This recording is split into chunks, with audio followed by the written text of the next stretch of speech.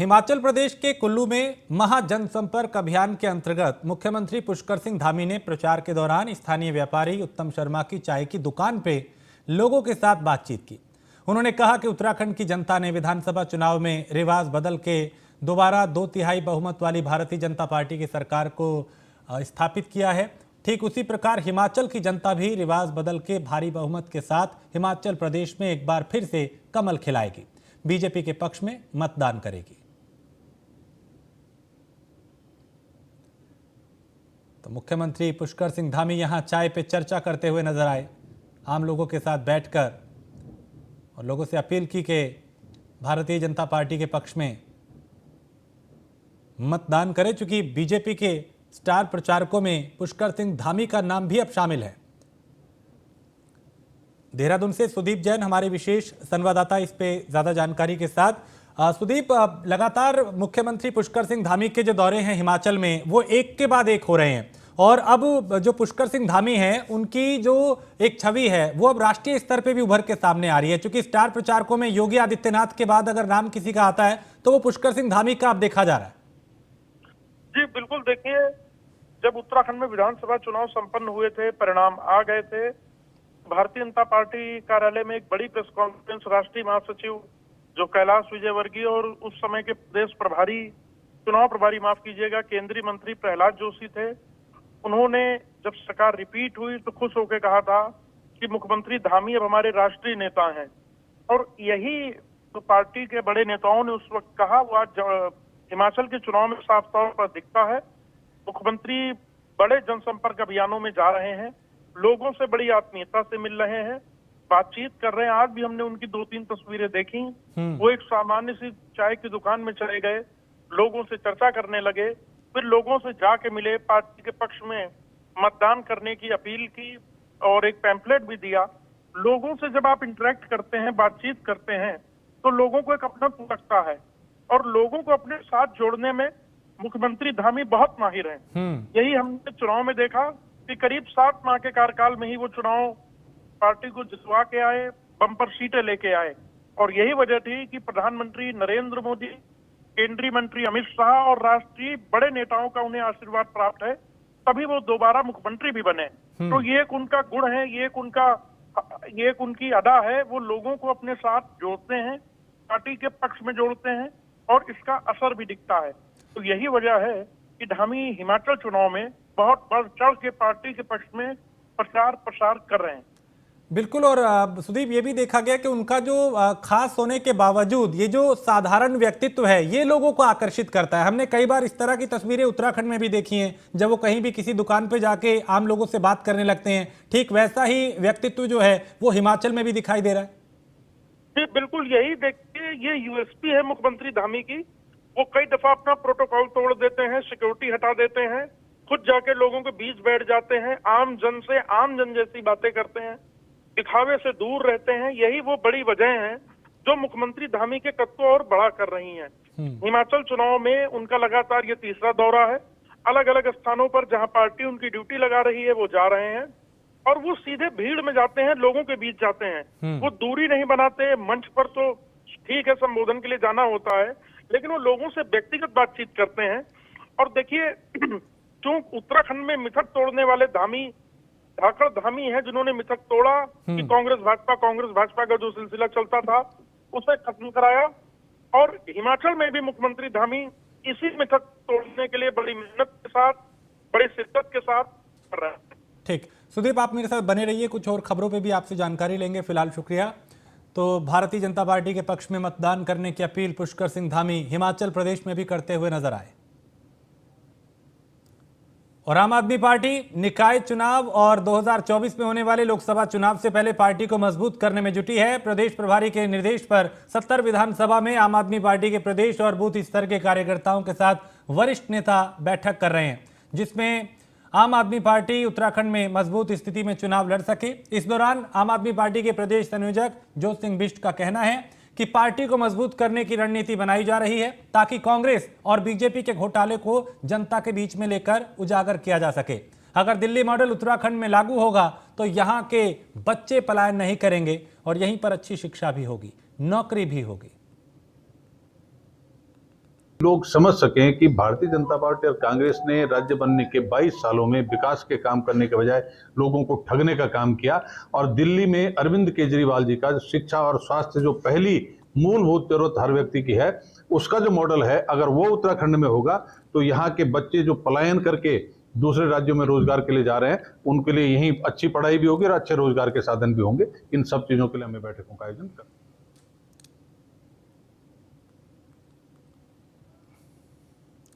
और प्रदेश की धामी सरकार नकल रोकने को लेकर कड़ा कानून बनाने जा रही है, जिसमें कई प्रावधान शामिल किए गए हैं। मुख्यमंत्री पुष्कर सिंह धामी का कहना है कि उत्तराखंड में नकल विरोधी कानून लाया जाएगा, जिसके बाद कोई भी ना तो नकल कराने की सोचेगा ना ही करने की सोचेगा। इसके साथ ही उन्होंने ये भी कहा कि धामी सरकार शीतकालीन बजट सत्र में नकल विरोधी कानून को सदन के पटल से पास कराने का भी काम करेगी।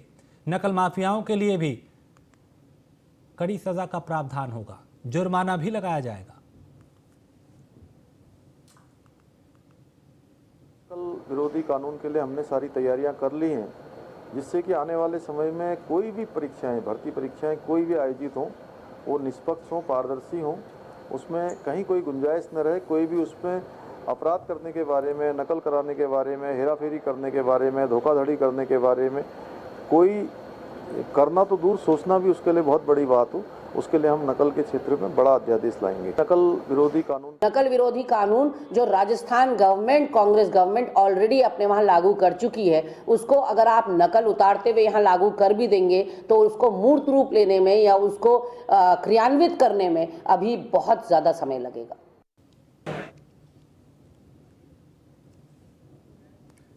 और इसी खबर पे ज्यादा जानकारी के साथ सुदीप हमारे साथ लगातार बने हुए हैं। सुदीप, नकल रोकने के लिए उत्तराखंड सरकार की क्या कोशिश है और किस तरह का ये जो अब कानून लाया जा रहा है, कैसे इसके जरिए नकल रोकने की कोशिश होगी?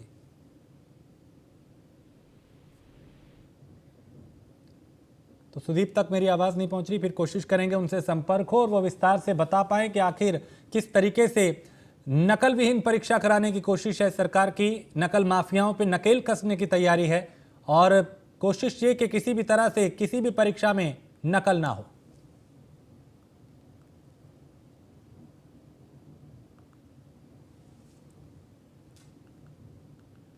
तो नकल माफियाओं के लिए सजा का प्रावधान होगा, जुर्माना भी लगाया जाएगा।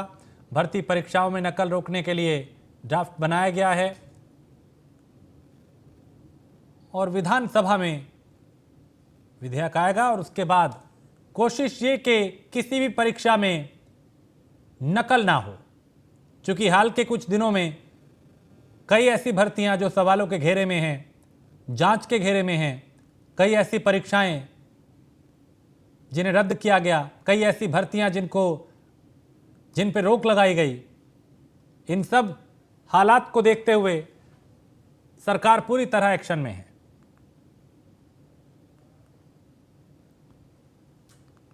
भारतीय किसान यूनियन के भानुगुट से राष्ट्रीय अध्यक्ष ठाकुर भानु प्रताप सिंह लंबे काफिले के साथ हजारों किसानों का नेतृत्व करने लक्सर पहुंचे। इस दौरान उन्होंने कांग्रेस पे निशाना साधा और मौजूदा भारत सरकार से किसान आयोग की मांग रखी और कहा कि यह मांग पहले भी की गई थी, लेकिन कांग्रेस सरकार ने उनकी मांगों को बड़े आंदोलन के बावजूद भी नजरअंदाज किया।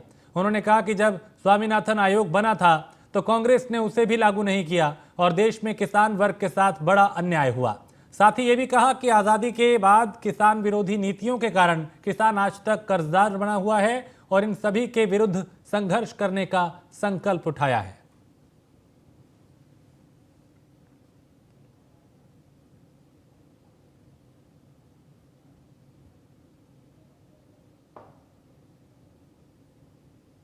किसान आयोग की मांग तो हम बहुत दिन से कर रहे हैं, लेकिन जो पहले कांग्रेस की सरकार थी उसने कुछ माना नहीं। 11 में और 13 में हमने दिल्ली में बहुत बड़ी बड़ी आंदोलन किए थे। हमें मिले पूजनीय ब्रज के विरत संत रमेश बाबा। उन्होंने कहा कि अब हम तुम्हें आशीर्वाद देते हैं, तुम सच्चे हो, ईमानदार हो, अपनी आवाज उठाओ। 13 में कह दिया उन्होंने, बाबा ने, कह दो कांग्रेस नहीं मानेगी तो कांग्रेस भगाओ, देश बचाओ, भाजपा लाओ।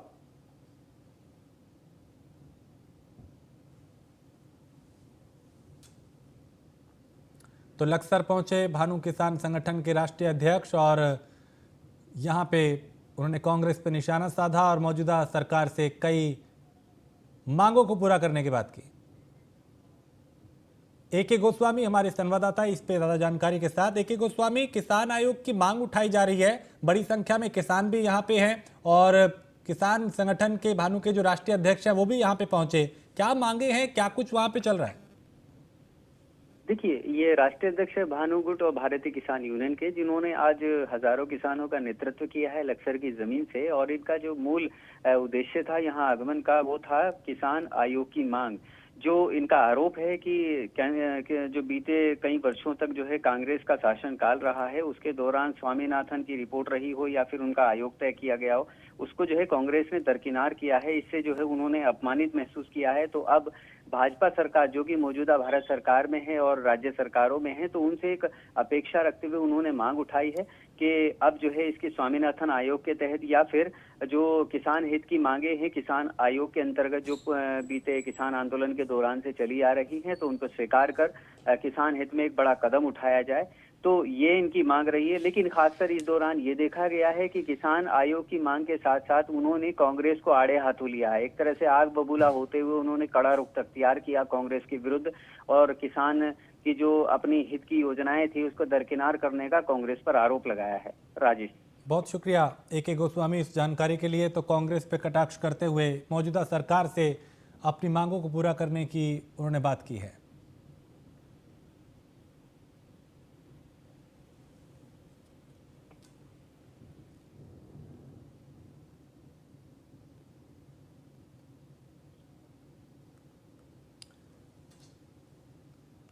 और मसूरी में भूकंप के झटके महसूस किए गए, जिसके कारण पिक्चर पैलेस मौसोनिक लॉज निर्माणाधीन पार्किंग के पास नगरपालिका द्वारा अवैध रूप से कराए जा रहे निर्माणाधीन बिल्डिंग पर भी दरारें आ गई, जिसके बाद निर्माण को लेकर सवाल खड़े हो रहे हैं। निर्माण को लेकर उच्च न्यायालय में भी शिकायत की गई है। बताया जा रहा है कि अवैध निर्माण और खतरे को लेकर पहले ही खबर के माध्यम से आगाह कर दिया गया था, लेकिन जिला प्रशासन और संबंधित विभाग इस तरफ कोई ध्यान नहीं दे रहे, जिसका खामियाजा आने वाले वक्त में जनता को भुगतना पड़ सकता है।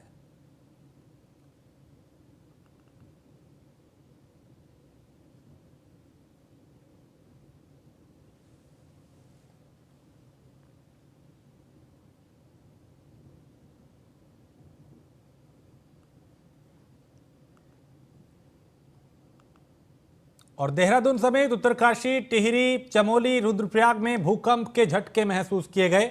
लोग घरों से बाहर निकल आए।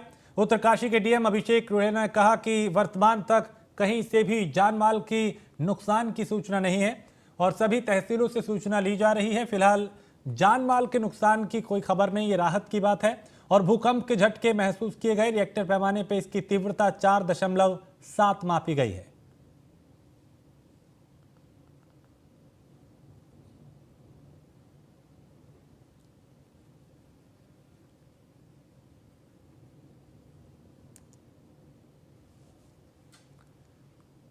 नेपाल में कैसीनो खेलने जाने वालों पर पुलिस सख्त हो गई है। चंपावत जनपद के सीमांत क्षेत्र बनबसा पुलिस ने नेपाल जाने वालों का डेटा तैयार किया है और कैनाल की जमीन पे अपनी गाड़ियां छोड़ नेपाल गए लोगों की 7 गाड़ियां भी पुलिस ने सीज की हैं।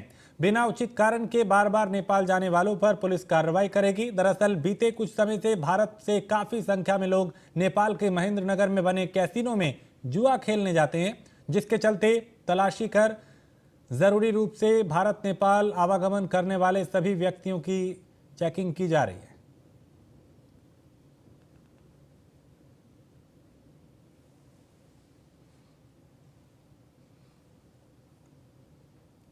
तो नेपाल में कैसीनो खेलने वालों पर पुलिस एक्शन में दिखाई दे रही है।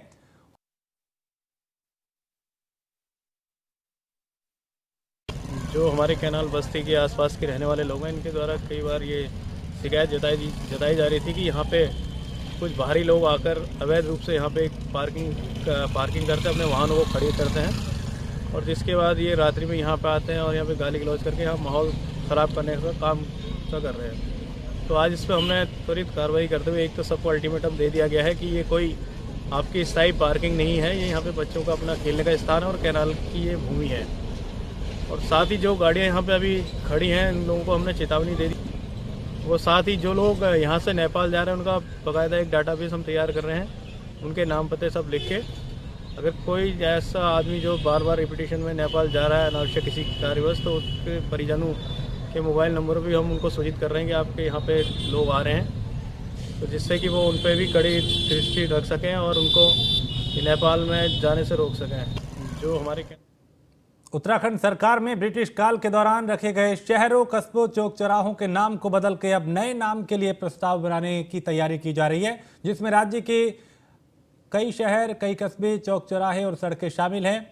और वहीं पौड़ी जिले के लैंसडाउन को भी सरकार अब दूसरा नाम रखने जा रही है, जिस पर कांग्रेस नेता अनुकृति गोसाई ने आपत्ति जताई और कहा कि लैंसडाउन के कई इलाकों में मूलभूत सुविधाओं से लोग जूझ रहे हैं, लेकिन सरकार को उनकी सुध लेने की बजाय क्षेत्र के नाम पर ध्यान दिया जा रहा है, जबकि उनकी जो ज़रूरतें हैं उन पर ध्यान देने की ज़रूरत है। वहाँ पे कैसे लोगों को सुविधा दी जाए, इस पर ध्यान देने की ज़रूरत है, बजाय इसके कि उस शहर का या चौराहों का नाम बदला जाए।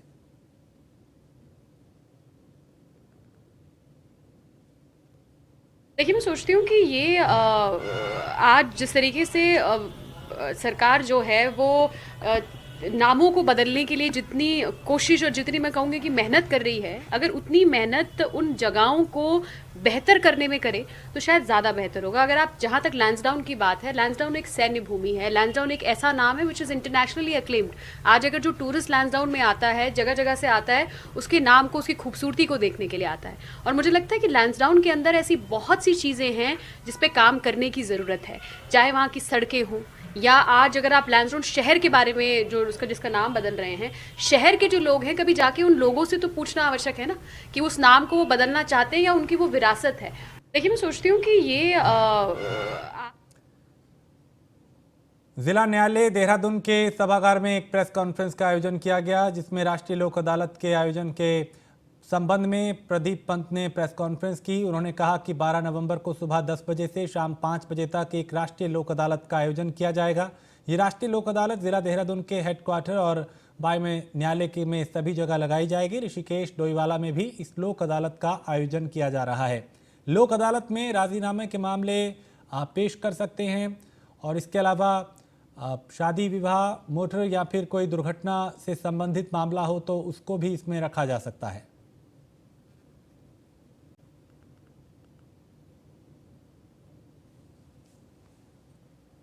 जिला देहरादून में आगामी 12 नवंबर 2022 दिन शनिवार को सुबह 10 बजे से शाम 5 बजे तक के लिए एक राष्ट्रीय लोक अदालत का आयोजन किया जा रहा है।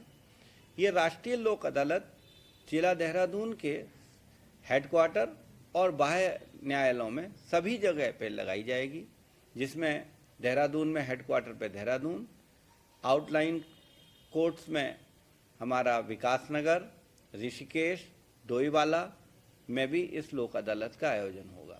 जिला देहरादून में आगामी 12 नवंबर अल्मोड़ा नगर के ऐतिहासिक मल्ला महल से कलेक्ट्रेट शिफ्ट होने के बाद अब व्यापारियों और स्थानीय लोगों को कई तरह की दिक्कतें होने लगी हैं। कलेक्ट्रेट शिफ्ट होने से नगर की मुख्य बाजार में छोटे बड़े दुकानदारों का व्यापार चौपट हो गया है। वहीं नया कलेक्ट्रेट भवन दूर होने से स्थानीय लोगों को कई तरह की दिक्कतें हो रही हैं। स्थानीय लोगों ने तहसील, कोषागार और रजिस्ट्रार ऑफिस मल्ला महल में वापस लाने की मांग की है। नगर के व्यापारियों ने इसके लिए हस्ताक्षर अभियान भी चलाया और नगर व्यापार मंडल का कहना है कि तहसील, कोषागार और रजिस्ट्रार ऑफिस मल्ला महल की इमारत में वापस नहीं लाया गया तो फिर आंदोलन किया जाएगा।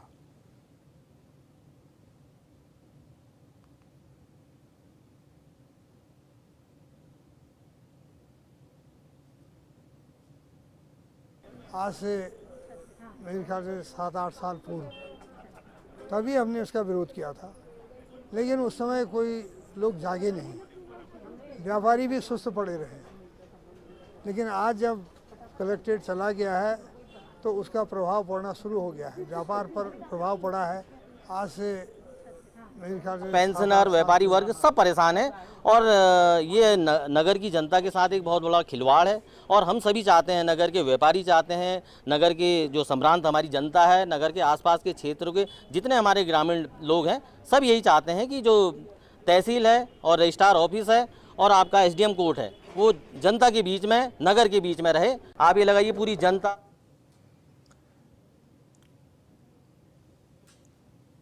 लक्सर में खंड शिक्षा क्षेत्र के तहत एक साथ 16 विद्यालयों का जीर्णोद्धार और कायाकल्प किया जा रहा है। इस कार्य का जिम्मा प्रशासन और सरकारी सिस्टम ने नहीं, बल्कि इसका बीड़ा हरिद्वार की रिलैक्सो नामक निजी औद्योगिक संस्थान ने उठाया है। इन विद्यालयों में छात्रों से जुड़ी सुविधाएं मुहैया कराने की प्राथमिकता शामिल है। वहीं रिलैक्सो कंपनी के प्रबंधन से संपर्क साध के लक्सर खंड के तहत गंगा तटीय इलाकों में बाढ़ के कारण हुए नुकसान के तहत, यानी जो स्कूलों को नुकसान हुआ, उनकी मरम्मत करने का, उनका कायाकल्प करने का भी जो काम इसमें शामिल है।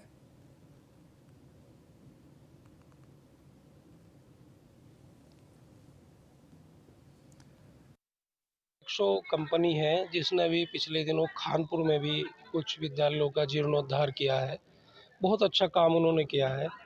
तो हमने उनसे संपर्क साधा और हमने भी कहा भाई हमारे लक्सर में भी जो इधर का क्षेत्र है, नीचे का गंगा किनारे का, विशेषकर जहाँ बाढ़ आती है, खादर का क्षेत्र, वहाँ भी बिल्डिंग ज़्यादा जल्दी ख़राब हो जाती है।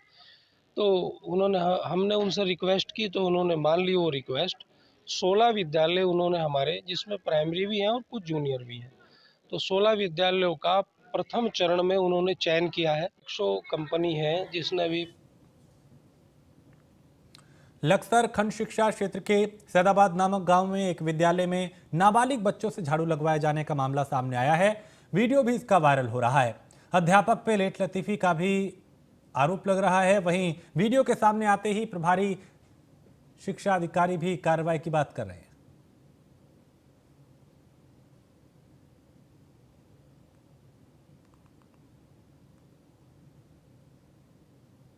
ऐसा है कि टीचर्स लेट आता है तो उसके खिलाफ कार्रवाई करेंगे। जो है अगर जांच कराते हैं सीआरसी से, अगर सत्यता पाई जाती है तो उसके वेतन वगैरह अवरुद्ध करेंगे, उसका स्पष्टीकरण लेंगे।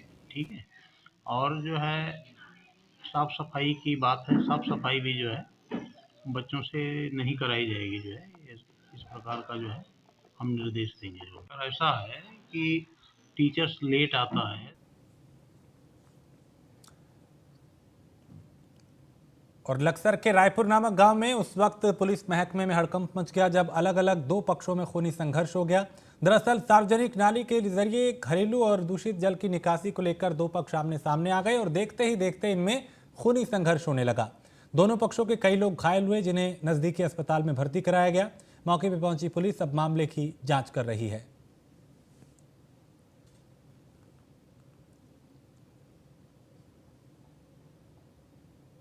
सूचना प्राप्त हुई है कि कोई झगड़ा, रायपुर गांव में झगड़ा हुआ है, जिसमें दोनों पक्षों में कुछ आपस में झगड़ा हुआ है, जिसमें जो है थाने में आए थे। थाने रिश्तेदारों को मेडिकल देकर के मेडिकल भेजा गया और जैसे ही इसमें तहरीर आएगी उसके साथ कार्रवाई की जाए।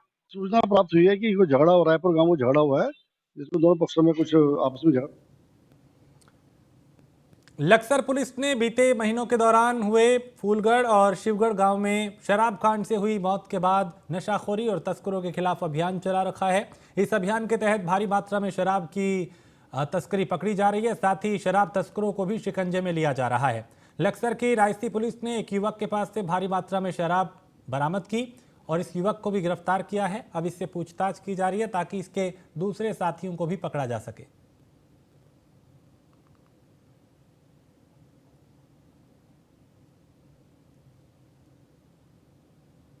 गंगदासपुर गांव से ये चौकी इंचार्ज रायसी द्वारा ये 60 लीटर कच्ची शराब पकड़ी गई और मैं भट्टी और उपकरण पकड़ा गया है।